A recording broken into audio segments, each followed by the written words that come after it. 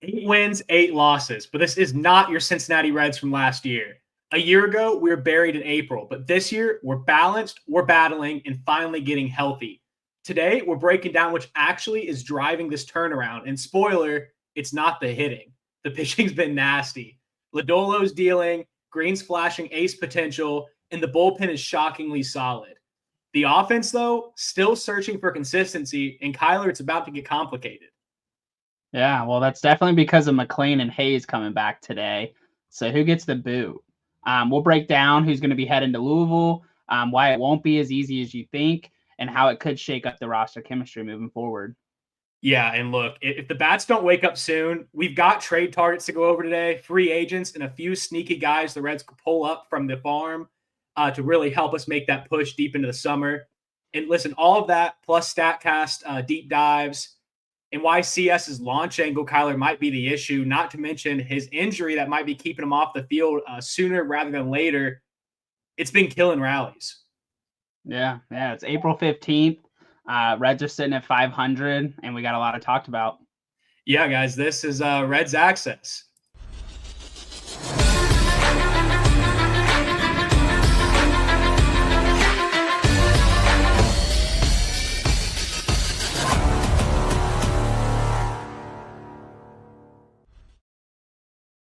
Welcome to Reds Access, your weekly Cincinnati Reds podcast throughout the entire 2025 season, covering Reds games, Reds news, and more.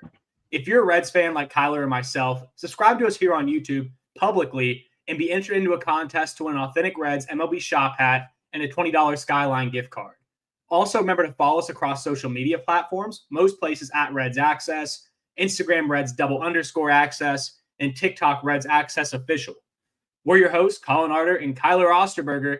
Lifelong Reds fans, Kyler. Of course, we love to talk ball, but let's start with the rotation. You know, Kyler, forget what you thought about Reds pitching and how easy it is to pitch a Great American Ballpark. Yes, it's early in the year and that ball really isn't flying like it does in summer, but this starting rotation is quietly turning into one of the most dangerous in the National League. Yeah, and Lodolo's curveball, dude, it's just untouchable this year. I even saw some stuff today about Hunter Green's slider. Like how many strikeouts, it's just been insane. He's tunneling with the heater. Cole Reagan's might be Cy Young sleeper. Let's just wait on it. Oh, maybe not. Sorry. That's Brady Singer. That's our guy now, and he's dealing as well. Yeah, the Red starters as a whole, Kyler, they combined for a sub 3.70 ERA this month and a top 10 K rate in all of baseball. And on Hunter's slider specifically, I saw it as the only qualified pitch in Major League Baseball to be thrown over 100 times in this season and still yet to give up a hit. It has been one of the best pitches in baseball, but he's not the only one. It's not the only thing going well. Yeah. There's more ground balls, fewer barrels. If you look at the xERA and the FIP, this isn't a fluke. This staff is pitching like it's October, and it's just been incredible to watch. We definitely need it, especially as our offense has been anemic, and we will be talking about that later. But let's start with Hunter Green, Kyler. He's the leader of this rotation, really the leader of this team. He's got a 1.31 ERA so far this season. It might be sub 1 ERA, actually, I think at this point. I mean, like, what, 0.98 maybe? It's something like that. It's an insane year he's having so far. Just under 20 innings. One since, I think, last year. If they counted since last September. Yeah, something like that was what they put out with stats. I think you're right. I think it's, 3 runs over 20 and 2/3 innings this year so far. He's been incredible. And 2 of those runs were that home run on opening day that barely cleared the fence. But his dominance, Kyler, is farther highlighted. 23 strikeouts against 3 walks, and his opponents are batting only 139 against him.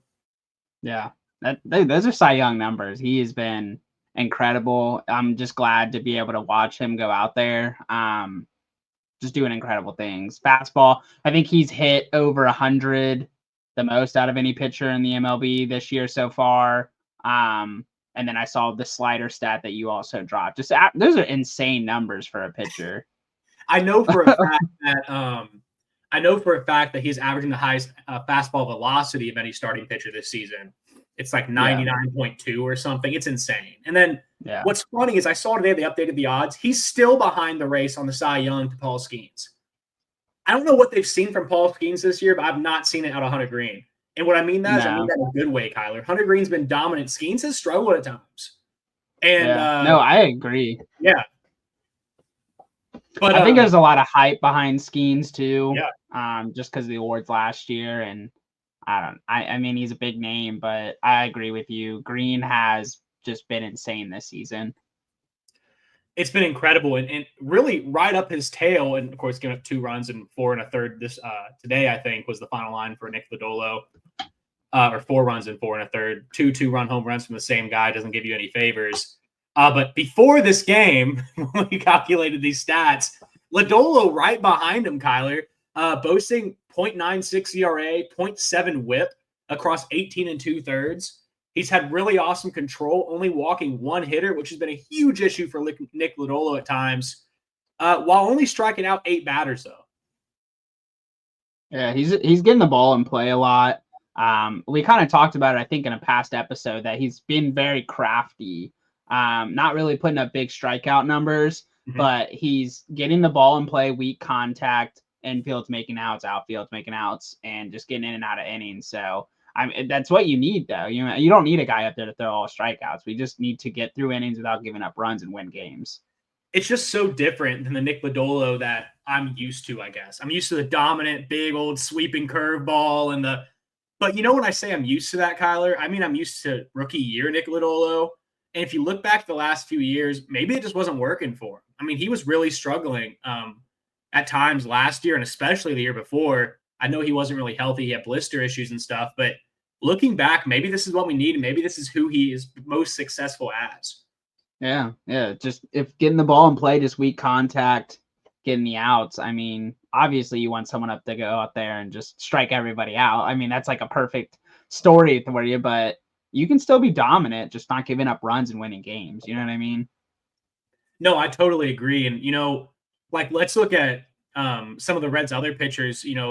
Nick Martinez is known, of course, as a guy that's just getting outs and fighting. And he's not a guy we're talking about here just because he has had a tough start to the season. So we're talking about, the 3-headed monster that is the Reds rotation. But look at the other guy in Brady Singer. I think I talked about on the Mariners series preview yesterday. I guess it got released this morning, Kyler.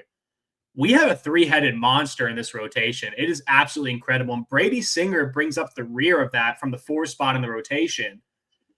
He's undefeated, Kyler, 3-0 record, and he's looking pretty solid so far. I still stand by that Singer should be second. I think when we did our projections, I had Green, Singer, I think it was Lodolo, Martinez. I thought you threw Lodolo down to the 4 spot. I thought you were. I remember. I thought you were. Maybe you were I did. Lodolo. Yeah. Maybe I did, but I mean, if I could re-go back, it would be Green, Singer, Lodolo, in my opinion. But I'm so with you with the 3-headed monster. Like, it feels good to have like a pitching rotation that's just dominant. Like, they go out there and you're only giving up maybe 1 or 2 or no runs. And they've lost some games because of the offense not putting it together. And there's some of those dominant pitching outings where we lost 0-1 to the Rangers was twice. And I was like, dude, those are games you can't lose. Like, just pitching has just been dominant this season. 100%. And then there are games too, you look back and the pitching keeps you in it the whole time. Like you said, you never get the offense going, or you have games where pitching blows up. I think there was a game the Reds were up 6-1 at one point with the Giants to go for the sweep. Those happen, man. But also the offense didn't score past the 3rd inning in that game. So or past the 5th. You can't get mad at pitching on that the whole way. You should never. Right. The pitching has been incredible and they've been carrying their part of it. The offense definitely needs to step up, and we're going to talk about how, hopefully we ignite this Reds offense. Kyler, I don't want to forget about Andrew Abbott, though. Of course, Andrew Abbott had his season debut. There was a lot of speculation about Andrew Abbott, and let me pause, I guess. I'm not positive that Rhett Lauder will see the mound this year. And what I mean is there's been no update about Rhett Lauder and his injury status since the season started. So that whole kind of thought process of Lauder versus Abbott, I guess that was kind of a non sequitur and a non-starter, and I guess that just really didn't matter. Yeah, that's what it seems like. It doesn't seem like there was even really a possibility of Lauder coming in. But like you said, I haven't seen much news on it. There might be things that we don't know. But yeah, there's no coverage on it. It seems like Abbott just got brought up and is filling that 5th role or that 5th rotation spot. So I don't know. I don't know if I would say not this year, but I don't know. There is no news, so who knows? Abbott's taking advantage of it though. He struggled a little bit in AAA and in his rehab starts, but he came up and he pitched really well. Kyler, 5 innings, 1 run, struck out 5, and he looks ready to contribute. And I got to be honest. First of all, I'll take that all day, every day from your 5th starter. All day, every day. 5 innings, 1 run. Yeah. But even if it's 5 innings, 2 runs, 5 innings, 3 runs back to back, and that's what you want, man. I'm not looking for Abbott to be an ace. I don't think he's ever going to be that. But I need him to eat innings. And this rotation, going back to the 3-headed monster thing, it reminds me of the 2020 Reds, where you had Trevor Bauer, you had Tyler Mahle, and you had Luis Castillo taking the mound in 20. And you knew those first 3 games of the series, you knew it was going to be just absolutely dominant baseball. And Hunter Green's pitching a lot like Bauer did that year when he won the Cy Young, where you knew the other team just probably wasn't going to score. It's kind of insane what he's doing. So overall, man, the staff's been absolutely solid. Right. And obviously that might not be the case for the entire year, but sure. It is young, or it's early in the season. But I mean, it's exciting, dude. It gets me fired up like you said, when those 3 go out, like it's going to be a pitching battle. And if our offense can get hot, we're winning that game. I feel like I could put 99% of my confidence into that game. If Green's out there and we can get at least 1 or 2 runs, I'm pretty confident we're winning that game. No, I am too. You're entirely right. Green's out there. You put 1 on the board. I mean, we got a shot. That's sure. Our bullpen has been nails too, Kyler. Santion's been solid. I think he's gone 9 1/3, 9 2/3, giving up 1 run this year. All the crap about Ian Jabot, I talked about this on the series preview this morning. As much crap as I gave Ian Jabot, he stepped up and he sat there on opening day and did his presser. And he said, everybody did their job and I didn't do mine. You could tell he had a fire lit underneath him. He has not given up a run since opening day, and he has been absolutely nails for the Reds. Wilson's been great. Barlow's been a little tough, man, but even that's not been terrible. It's just not been great.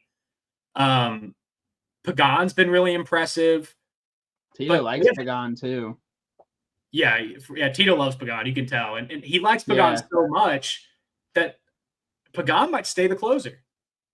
Yeah, I saw a quote actually today. I think I texted it to you too. Tito stated this was about Diaz, that he will not be the set closer. Tito is happy with Pagan and will pitch Diaz when it makes sense. So kind of like how we talked about it, I think it was 2 or 3 weeks ago, that it seems like the closing role this year is going to kind of be how the matchup is, lefty versus righty, vice versa, whatever.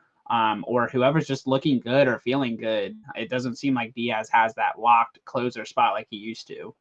I just realized I said Wilson. I meant Taylor Rogers. But yeah, no, Diaz is not walking into his role. And I'll tell you, I don't think his rehab stint helped with anything, Kyler. I don't think he inspired hope. And Tito doesn't really sound confident. Actually, I turned off the game so we could do this podcast, but I heard he was coming in the 6th. So hopefully he hasn't blown up the whole game, and we'll see it after we end this podcast what that looks like. If he does blow up the game, and if the bullpen and the rotation can't be as good as they need to be, though, Kyler, we can talk about, as the pitching's been so good, the hitting's really not. So we talk about, this is such, we're looking at a big red machine, the big red pitching machine. Before we jump into the hitting as a overall, like how we can improve it, let's just talk stock up and stock down. Let's talk guys that are hitting well and guys that aren't hitting well. So guys that are hitting well, man, it's few and far between, Kyler. There's no consistency. Not at all. Not at all. It's really poor. I don't know if I would say like it's the coaching or guys just not putting up guys just starting slow or what the reason is. But you're right. It's been no consistency. And when I'm going to say these top 3 guys, Kyler, you tell me dog or not dog. We'll play dog or not dog, okay? I have stock up and stock down. But these are all stock up guys. But you tell me dog or not dog. 34-year-old career minor leaguer Austin Wynns.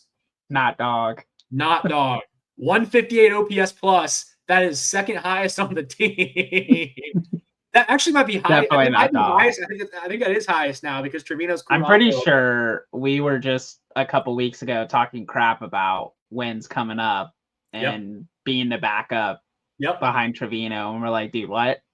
That is the highest OPS plus on the team, Kyler. Which that's a great bad this year. That's a great OPS plus, but he's only had 15 at-bats. Next closest is Matt McLain, who's only played 9 games now. Dog or not dog? Okay, yeah. Yeah. Dog or not dog? Santiago Espinal. I don't know. I'm kind of in the middle. I would probably say not dog, but like Chihuahua. In the middle. Yeah. Bijan. He makes contact, dude. He struck out twice in 40 at-bats, and he's hitting 275. But he is like a 650 OPS. I think let me look really quick. Yeah, Espinal has so far this season 635 OPS. He's a little bit of under average, but really what you expect out of him. So I'm going to go dog. I'm going to go dog. He does the job we need him to do, Kyler. Dog.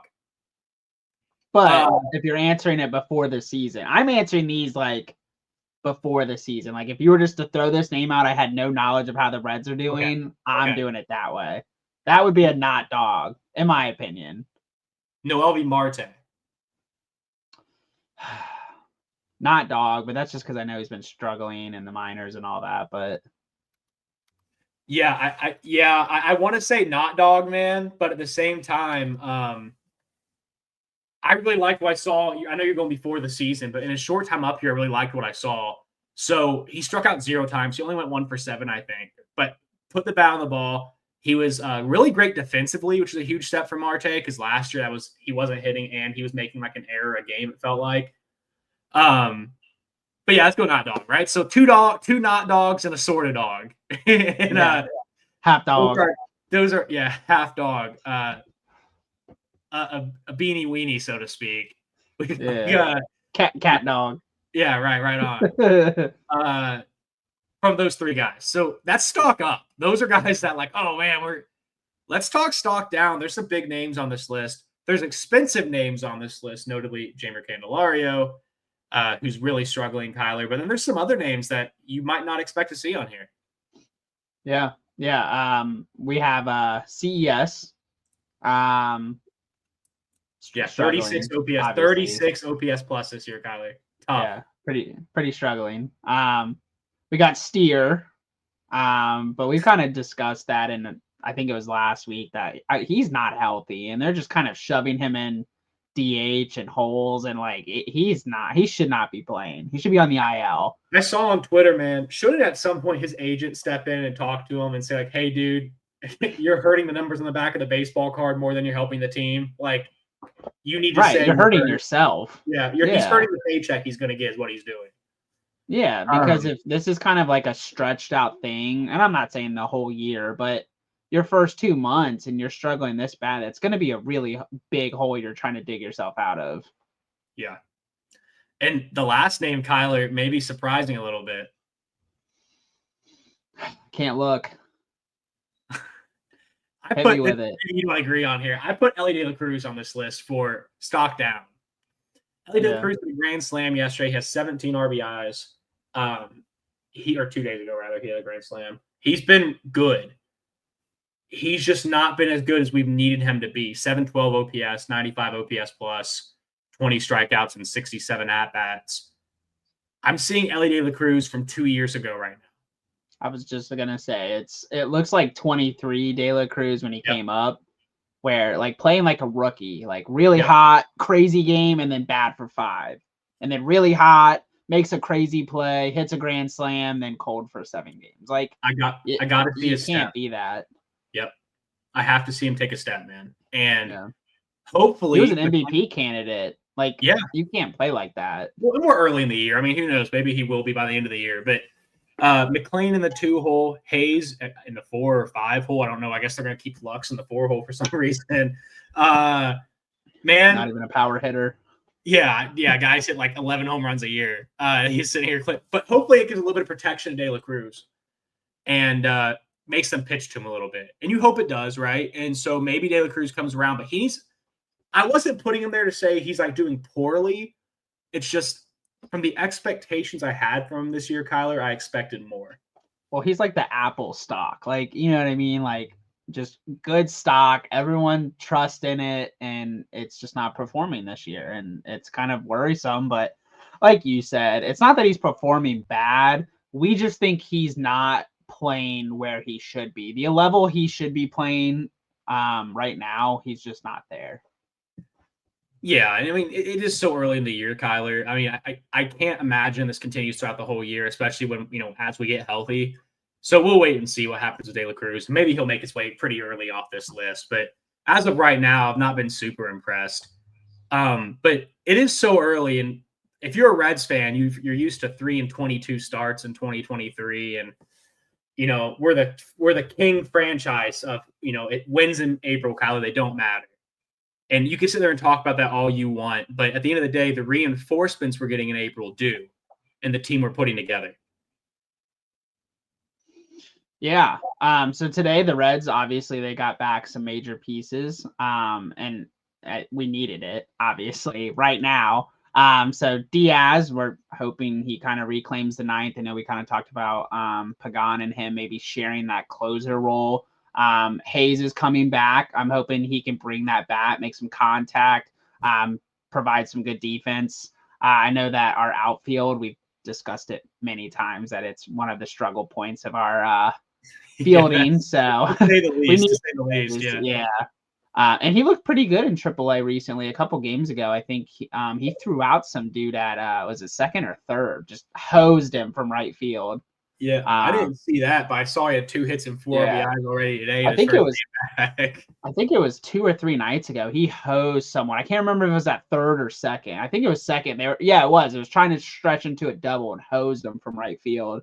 And then obviously McLain. So that's your spark plug. Like he's the guy that can hit, he can score, get runs, and like he is a game changer. Him and De La Cruz, like when you think of the Reds, and Stevenson as well, like those are like the big offensive guys you typically think about when someone says, "Oh, like MLB The Show, I'm playing with the Reds," or like, "What do you know about the Reds?" Those are like the guys people know that don't follow Reds baseball.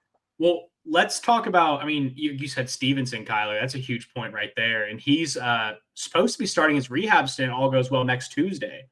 So hopefully we can have him back by May and be ready to go for the push. But, man, think about what this team's done already in April. We're hovering right around 500. We're at 500 as of today. Hopefully going to be above 500 after today. Without our closer, without our best infielder, and without a proven outfield bat. And I mean that, man. We're struggling. Lux is maybe an outfielder. Friedel, Fraley, Dunn in the outfield has been tough. Imagine this lineup, Kyler, with McLain in the 2-hole and Hayes settling into left field, and maybe in the bullpen back in, Diaz locking down games. I think we look a lot better on paper. Yeah, no, I think you're right. I think that those 3 key Reds players being back, maybe this is the team we've been waiting on and we've been talking about preseason. Not a minute too soon, man. I mean, it's huge. I mean, this is not, we need it right now, not yesterday, not an hour ago. We're 8-8. The slate is clean. The slate is clean for the Reds. We're 8-8. Let's go out. Let's play some baseball. Let's forget about the 8 games we lost. We're second in the division. We're 8-8. Let's control what we can control. Go out there and win baseball games. Well, seriously, like think about it though. Break it down. Like you got McLain, star infielder for us, besides obviously De La Cruz. You got Hayes to back up the outfield that we have been struggling with. And I mean, I can't say we got our closer back because we're kind of going between, but we got a significant piece of the closing role back all at the same time. So exactly what you said. Like we needed this 2 weeks ago, you know what I mean? So I'm glad to get some guys back and healthy. And like you said, Stevenson, like that'd be a big piece to come back as well. Yeah, let's break down some guys. Like you said, I mean, Matt McLain, huge. Matt McLain's a 30 home run bat. He averages over 30 in a full campaign. He's not been healthy since last year, of course. He went out before the season started. I think it was like the game before spring training ended, too. It was kind of nasty. Matt McLain is a 25-30 home run bat. We need him in the lineup. Need the power. Austin Hayes is a 20 home run, 30 double bat, Kyler. We need the power. Need the production. Need the protection behind De La Cruz. Yeah, you need the ball in play in general. 100%. And Stevenson, on top of that, is a 15-20 home run bat, 270 hitter, doubles machine, we need the ball in play. We can't keep striking out like we have. You're 100% right. As a team, we're striking out about 26%, 27%, which is acceptable, but not when you consider there are guys like Espinal that don't strike out. Right. There are guys like Espinal that don't strike out. Guys like Friedel. There's certain people that they're increasing that rate at an alarming, like they might be at a 50 or 40% strikeout rate, and it's just bumping that number so high. Blake Dunn. Yeah, so like Blake Dunn, Spencer Steer is striking out way more than he does historically. De La Cruz is not seeing any improvement in his strikeout numbers. And I stuck my neck out, Kyler, big time for De La Cruz, so I need him to step up. I've talked my talk at work, man. Dude, well, he adjusted his batting stance, and he looked really good in spring training. I think it was the torpedo bat, man. Well, it could be. I really do. I think it was a torpedo bat. I think it was a serious issue, man. That I think it was a serious issue, the torpedo bat, that I think he felt like made it, he felt good for a day on it, and then he turns around and all of a sudden he can't hit. And if you notice, for a couple games, he was hitting right-handed with his normal bat still.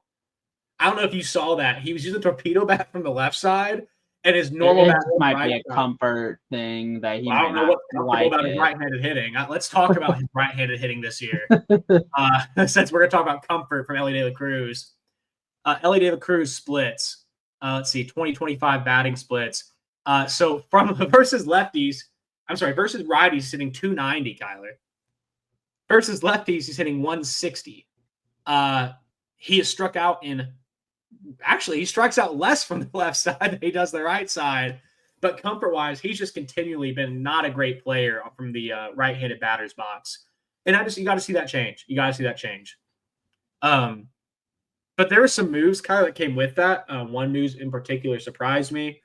The move that did not surprise me was Jacob Hurtubise, Army strong. Jacob Hurtubise got sent down to the minor leagues, AAA.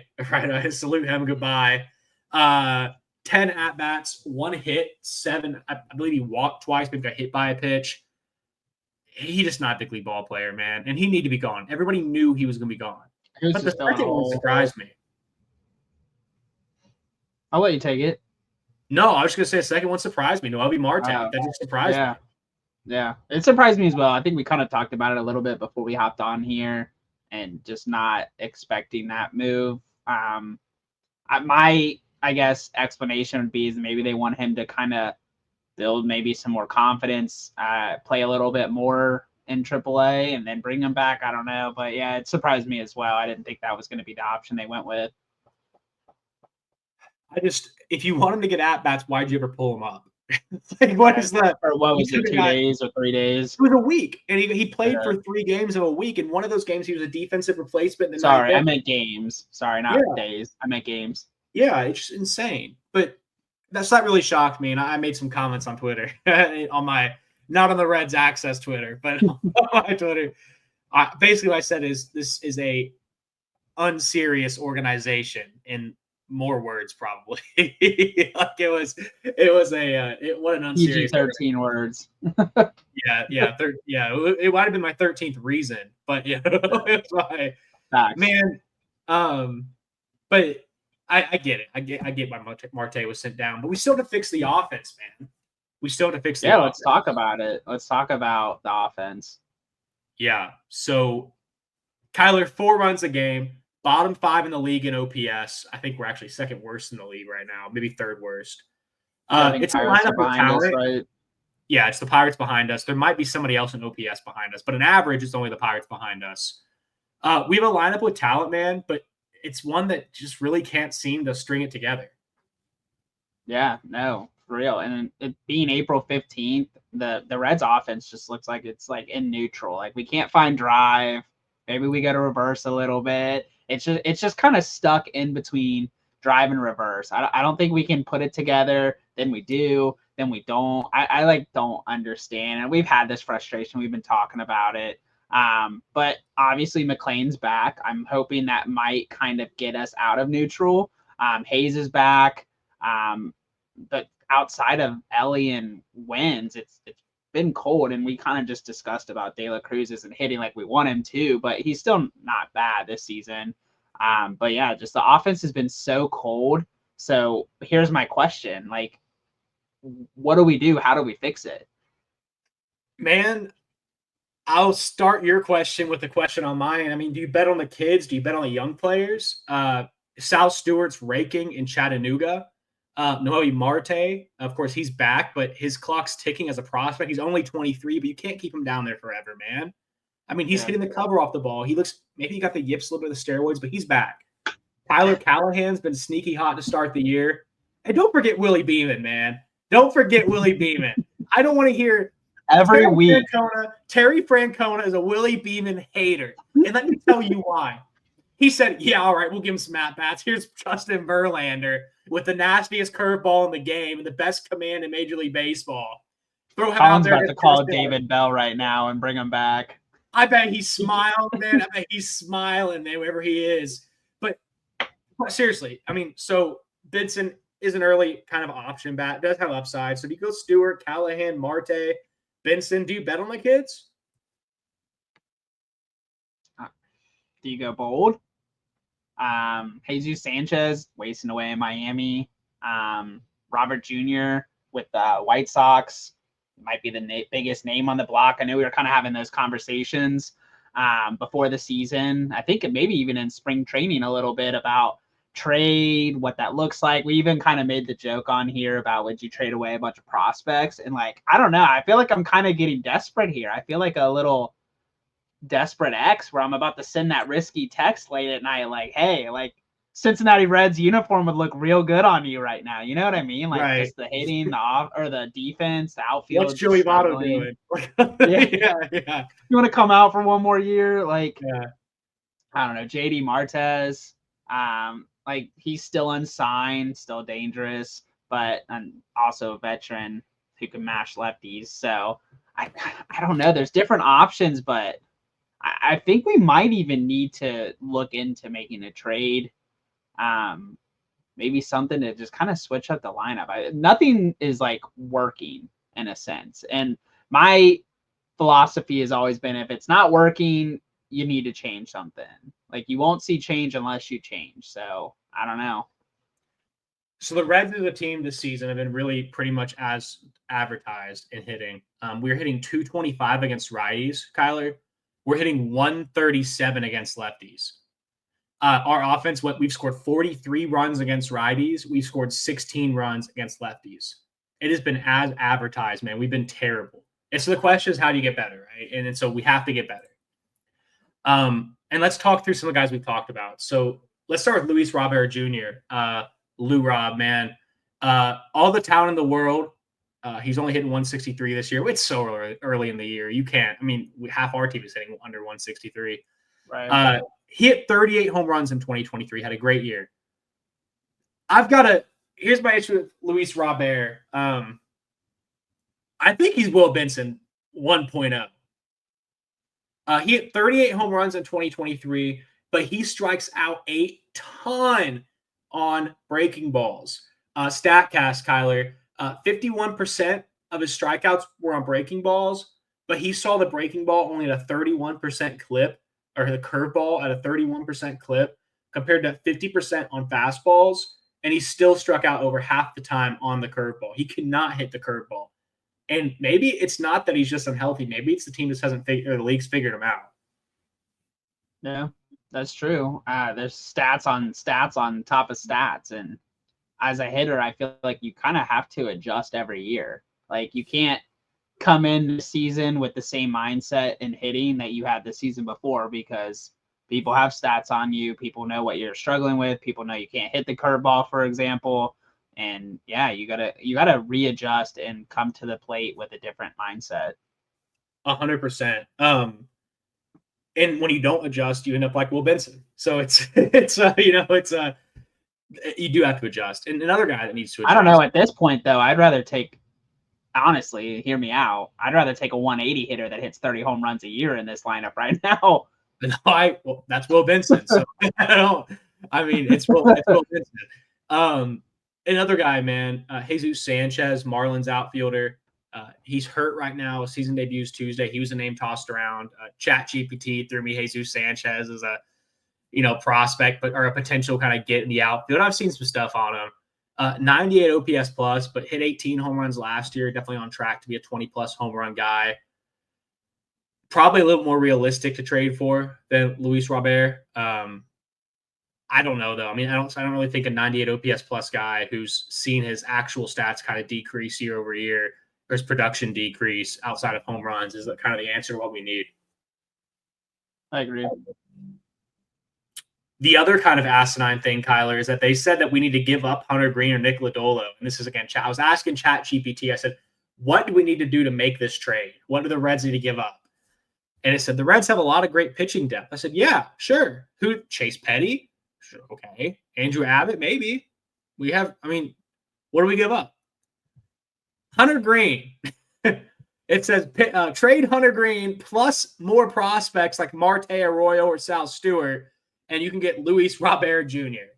And I thought, what a joke, dude. I was like, there's no way. So let's throw trades out the window because the Reds aren't trading any of those guys, and probably they're not trading Edwin Arroyo or Sal Stewart anytime soon either. I pulled a free agent option, Kyler. JD Martinez. Pretty interesting. 37 years old, signed late in free agency last year at the Mets to a one-year contract. 725 OPS was pretty disappointing. But some of his other stats on StatCast seem to be pretty indicative that he might have some left in the tank, and maybe he was a little bit unlucky last year. Yeah, it looks like we pulled some of that up. It's 87% expected slug, 94% barrel rate, 92% sweet spot, and an XBA at 256. So it's a good option. Yeah, and when you look at that and you see that he only hit 235 last year with an XBA at 256, you look at 94% barrel. I'm not sure about Boston, but I know when you get to Cincinnati in July or August and you put a 94% barrel rate on the ball at a 92% sweet spot rate, and that ball gets lifted in the air, which it's going to get lifted with JD Martinez, that ball's flying. And if he has anything left in the tank, man, we need it. He's a DH. He's not an outfielder at 37 years old. He's not. He's a DH. He just needs to get in there and just smash the ball. And we need a DH because right now our DH is guys who are hurt and can't play in the field and can't hit.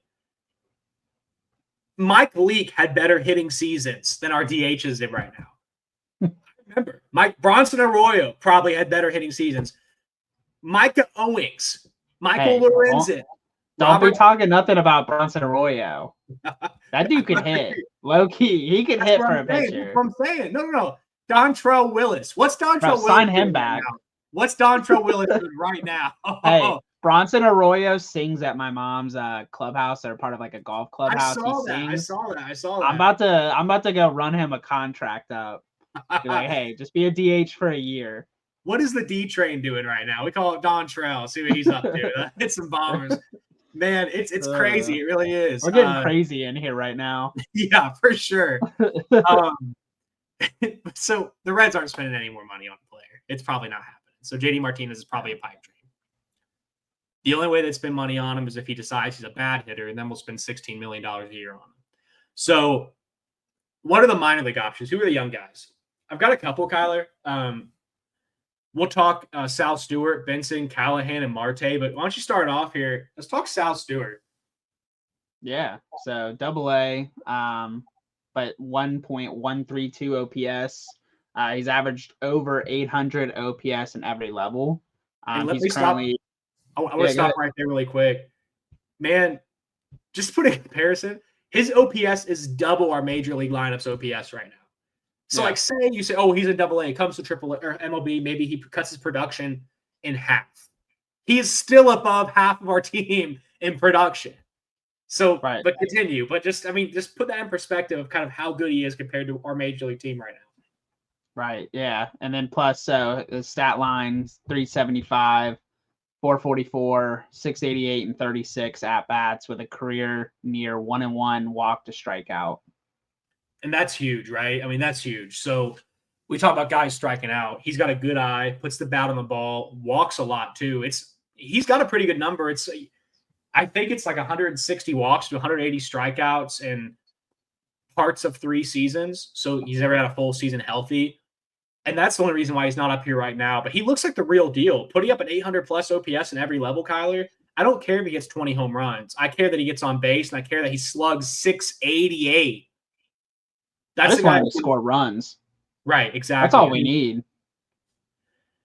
And there are guys in the minor league that I think can help. Will Benson, Tyler Callihan, Noelvi Marte. Benson's got 3 home runs and 1,005 OPS. Callihan's got 3 home runs and 961 OPS. Marte has 6 strikeouts and over 40 at-bats. He's got a 954 OPS. I think there are guys that can contribute, Kyler. Yeah, no, I think I saw some stuff on Callihan the other night. I think he had a double or something. He's looking pretty good.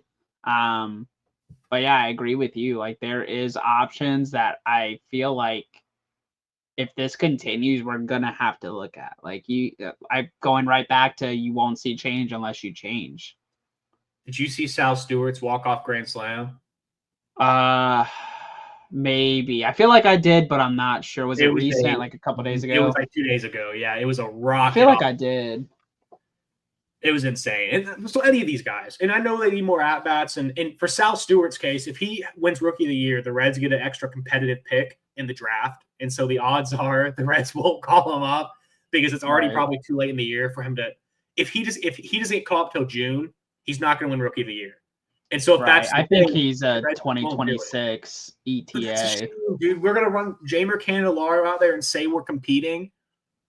Yeah, that's true. I'll tell you what. If we maintain competitive till the trade deadline, I hope we go out and get somebody. Take that spot. And it's nothing against Jamer. He seems like I didn't like Mike Moustakas because he didn't try. Jamer Candelario's trying. It's not, and I know he starts slow every year, and he's trying. He just. Yeah, but going back to what you said was like, I don't think it's too late. We're what, 16 games in? I mean, it's not that late, I guess, to pull him in, but if they're going to do it, they're going to have to do it soon. Just like going back to what you said, if you want him to have a chance of winning Rookie of the Year, to get some of that draft compensation, you're going to have to do it now. And I don't think they're ready to do it. I think it's going to be a 2026 kind of move. I hope not. For my sake and your sake, Kyler, Reds Access fans' sake everywhere, I hope not. We want to compete this year. We want to win this year. We've been told we're going to win this year. Let's go out and win this year, man. That's what I'm going to say. But, man, we've talked about if McLain and Hayes can ignite the Reds offense. We've talked about our 8-8 start. We've talked about pitching standouts. What we did not talk about was Christian Encarnacion Strand's injury.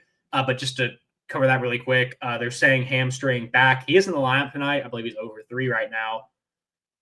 Another guy probably has a chance to go on the IL sooner than later, as soon as we get the space to do so. But we're in a good place right now. It's 8-8. We're 8-8 rather. The Reds are currently winning in the bottom of the 8th, 6-4 against the Mariners. So we have a chance to go above. Diaz looked? I guess he went scoreless, right? I mean, I don't know. I don't know what the inning looked like, but they didn't score. So we are a chance to go above 500 for the first time since April, I think 18th of 2024, April 8th of 2024. In the last video I talked about, it's been over a year. But we're in a good place, man. But that's going to wrap up this episode of Reds Access. Big thank you to everybody for tuning in. Kyler and myself, we'll be back soon with more breakdowns, hot takes, and everything you need to know about your hometown Cincinnati Redlegs as we make a push for the 2025 playoffs. Be sure to follow, subscribe, and keep the conversation going with us on social media. Helps us out a ton, rather, when you communicate with us in the comments section. Subscribe to us, click the bell for notifications, and just click on the videos. Those click-through rates mean a lot to us. But guys, rounding third and headed for home for Kyler Osterberger and myself, go Reds.